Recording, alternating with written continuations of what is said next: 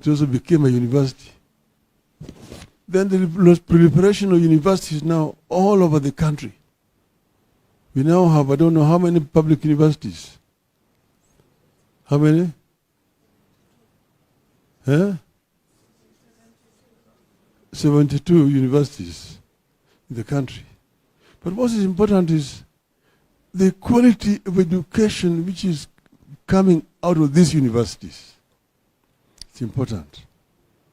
And this should be looked at in terms of demand for skills in the country, so that education is relevant to the demand on the market in our country. You see, you find a situation here where you've got many companies around looking for people to employ. And then you have got many people with certificates from universities looking for employment. But they're not employable here. The jobs which are available are not commensurate with the qualifications of those who are demanding the jobs.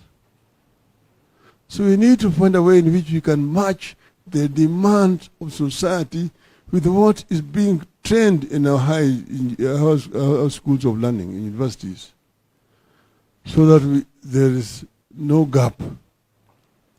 Some people have papers, but these papers are not useful to them.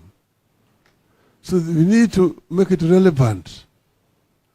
I've been telling people that, look, how does China manage to come from a poor third world economy to number 2 in the world, threatening the United States? In the next 10 years, China is going to be the biggest economy in the world. How did they do it? They did it by first making education universal and ensuring that they give people relevant qualifications, the people, highly skilled. So when they liberalized and they found the companies from the West who were looking for destinations where there's cheap labor, they went to China. And there they found highly skilled, cheap labor in China.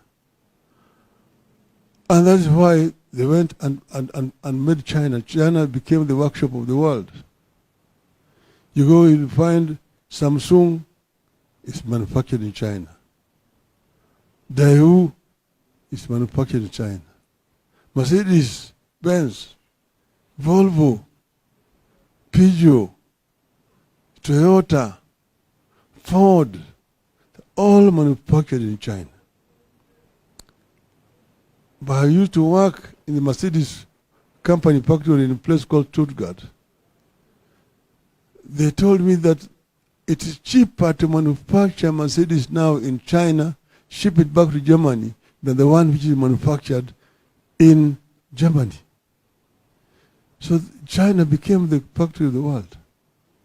Now China has been able to build the biggest middle class, 500 million people, middle class. Chinese middle class is bigger than the entire population of the United States. Nearly double. With regard to this animal called the cost of living, we told these people several times, you are in the home